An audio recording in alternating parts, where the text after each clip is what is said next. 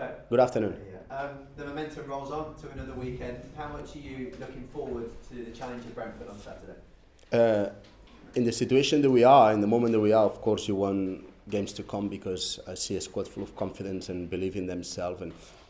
And I always seen confidence in the squad, but obviously when you're in a good moment, that comes up. And we're all very aware of the difficulty of the game, but we all look forward to it and to make sure that we can compete and we can become on top and we can keep adding. You know, we're in a moment that we need to use and at the same time, we know anything that happens there, we're now in a solid moment. The team is solid and mature, and we just keep on now with anything that happens. But the focus and the trust in ourselves is very good at the minute.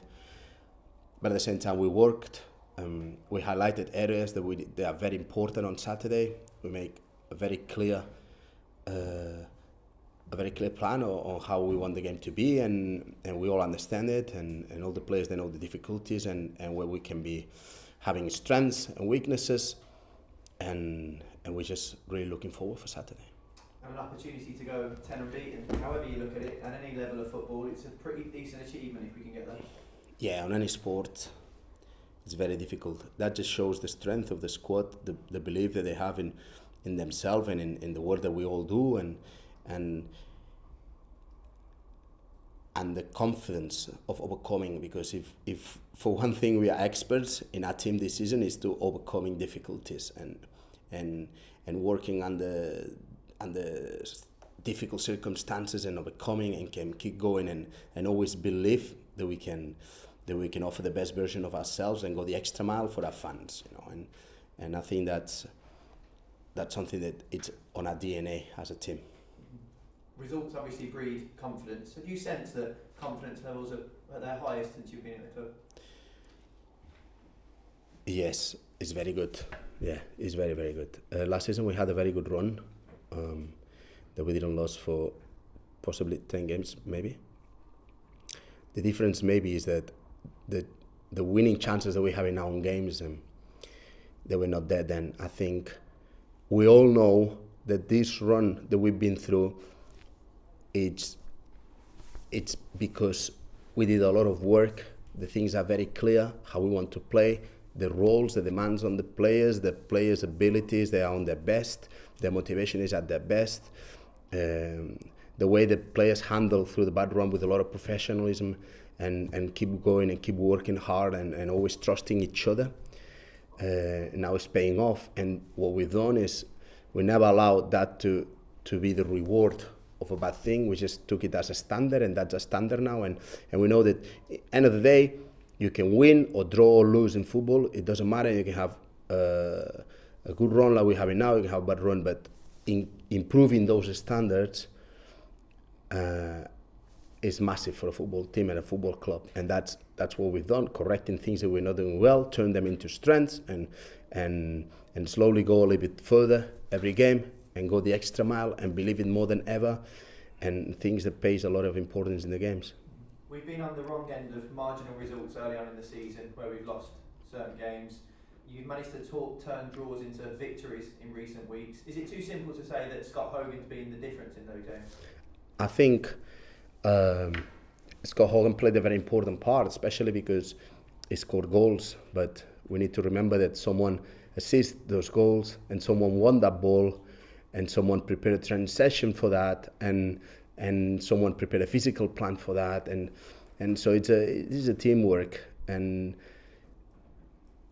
I'm very happy of the performance of Scott because he's made a huge impact from the beginning. But as well, I'm very happy of everyone else, because in the club, including the staff and the players, in the club everyone is pulling in the same direction on a healthy culture of putting the best out of ourselves under difficult circumstances, because we are at the minute suffering some injuries and the squad is very thin, and when everyone pulls together and takes the best out of themselves, then things happen, you know, and it just shows that the run that we're in is first of all truly deserved. It's been deserved by the players, by everyone who worked hard for that to happen, and second, it doesn't matter when the run ends, because we increased our standards and we became this product. So I'm very satisfied on how the team will increase its demands and keep competing until the end to show the best side of ourselves. We've faced some informed sides as part of this run. Nottingham Forest, Bristol City were both in form heading into our games. Are you expecting Brentford to be the toughest of the lot? Yeah, it's going to be very difficult because Brentford, I know Brentford very well, how they play. I know as a club, I know their model. I think Brentford could put a class how to run a football club, and they are the product of a very meticulous plan, of a belief in an idea, and pulling everyone together for that idea, and translate that idea into years without ridiculous demands in between, with reasonable, achievable goals. Meanwhile, and now they became a product that is a very competitive team who plays offensive football with the right elements, because all the recruitment is spot on, and at the same time they have that mix of youth as well, and developing and bringing always these gems that you find in League One and develop them for next season, and selling the players that you need end of the season, because you develop them and because you need to comply with FFP rules, and slowly now building a new stadium. So it's a clear example how a football club should be run. And when it comes to the game, to the team, I like the idea that they have. It's very close to mine because it looks a lot to the culture that I'm coming from, and obviously they can put problems to any team in the league, because they're very aggressive offensively, because they know how to link with important players in the team, and they have a backup way of doing it, and they have 3 players up front who made a huge difference now in the championship at this moment, and the fact that they are playing now to try to reach the top 2, it just says it all. You mentioned their style of play. Only Leeds and Fulham have averaged a higher possession percentage this season. How do you counteract a team like that? Well, you need to. Football is a game that is based on a fight for a possession of a ball, right, on a space. So if you play against a team who has a possession as a main tool, it's very important that, okay, you can have the possession, but then you cannot have the space, because if you give a team who wants to use the tool of the possession, you give them the space, then it's going to be very difficult.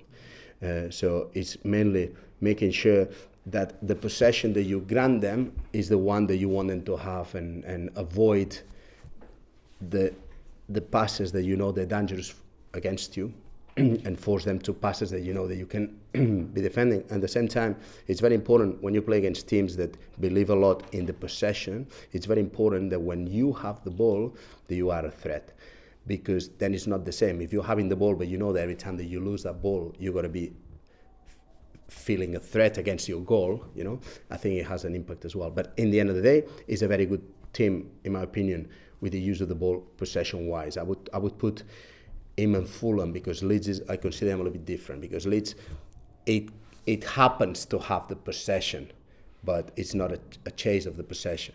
Brentford and Fulham, they need that possession to develop their game. Leeds, they use the possession to create as many attacks as possible, put you under a massive amount of threat as possible with every possession. So it just happened to Leeds. But the other two, they're clearly the 2 teams in this league who need that possession to build, and we need to make sure that when they have the ball, we need to be ready to win that ball back on the moment, as soon as possible, and make sure that we can be a threat as well. And when we have the ball as well, we're going to have a strength. So I'm expecting a very competitive game that we need to make sure that, by the way, let me say it now, for the team it's very important that we compete against Brentford together with the fans, because we need to make sure that St Andrews is rocking, and because it's going to be a difficult game for both sides. The weather forecast, I don't think is great again for Saturday, as it wasn't on Tuesday night at Barnsley. Is it a case of trying to adapt to the conditions again? Always. I think it's naive to think that you don't need to adapt to weather conditions or pitch conditions. I mean, for me makes no sense. It's like when you go and drive and you don't care about the weather conditions. I mean, it's the same in the game. Let's see how the pitch is. Let's see what the weather is, and you do tweaks, you know. But in the end, of course, your idea is the idea, and you have your game. But we'll see how the weather is, and we just hope that the game can be played normally and everyone can enjoy it. You managed to keep a first clean sheet since late October on Tuesday. Finally. How pleased have you been over recent weeks with not just the back line but the team as a whole from a defensive point of view? From a defensive point of view, even though I'm not a defensive coach, you know, but I'm very happy because I think we should have had some clean sheets before because we had obviously some penalties and some situations that should have been a clean sheet. But apart from that, very good because the focus been there. I think the back line against Bristol and Barnsley, for example, the whole back line with conjunction with the keeper played a high level game in my opinion, and most of the times remember that we're using two strikers, so if you play with a 4-3-3 you end up defending with more players than if you play a 4-4-2 because 4-4-2 you end up sometimes you end up defending with two lines of four or a line of four in the back and two midfielders because the two strikers are easier to beat in a 4-4-2, although you put it hard, you know, but they have other duties. So this means that the team has done very well defensively, and that's a massive credit to everyone who worked hard, first analysing, sorting mistakes, improving mistakes, talking to the player, and afterwards the same players to realise it and to show the best version of themselves. Finally, in terms of team views, any fresh injury concerns ahead of Saturday? No, we have Kifton Bell back from injury. He's already trained a full week and is ready for selection if we think it's necessary, or it can happen. And apart from that, we have Karim, who's already working in the pitch, so it looks like it's going to be back soon with us training, and Magoma a little bit later, but not far off. And we hope they can be back with us as soon as possible. And regarding Josh, is due to have surgery. Apart from the crusade, Josh had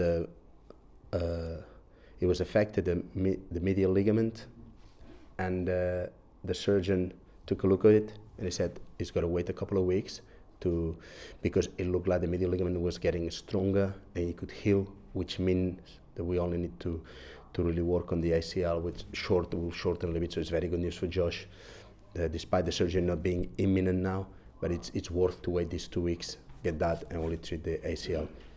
Still, it's got to be a long term, but I see Josh here every day and with a very good attitude and positive about it, so I'm sure he will come back. In Josh's absence, how big a boost would it be to have Michael Kifton-Bell back available with 14 games still to play? Michael is always very good to have because first of all he's a winner, he's a tough player to play against, and is someone who is very good tactically as well. He can help us. I think it suits us. At the minute we only have two midfielders. We're relying a lot on the help of Muncie from 23s, and he's done fantastic when he came on, but it will be too much ask at the minute. I think with the fact that having Kifton Bell back is massive for us at the minute. Yeah. Good luck with that. Thank you.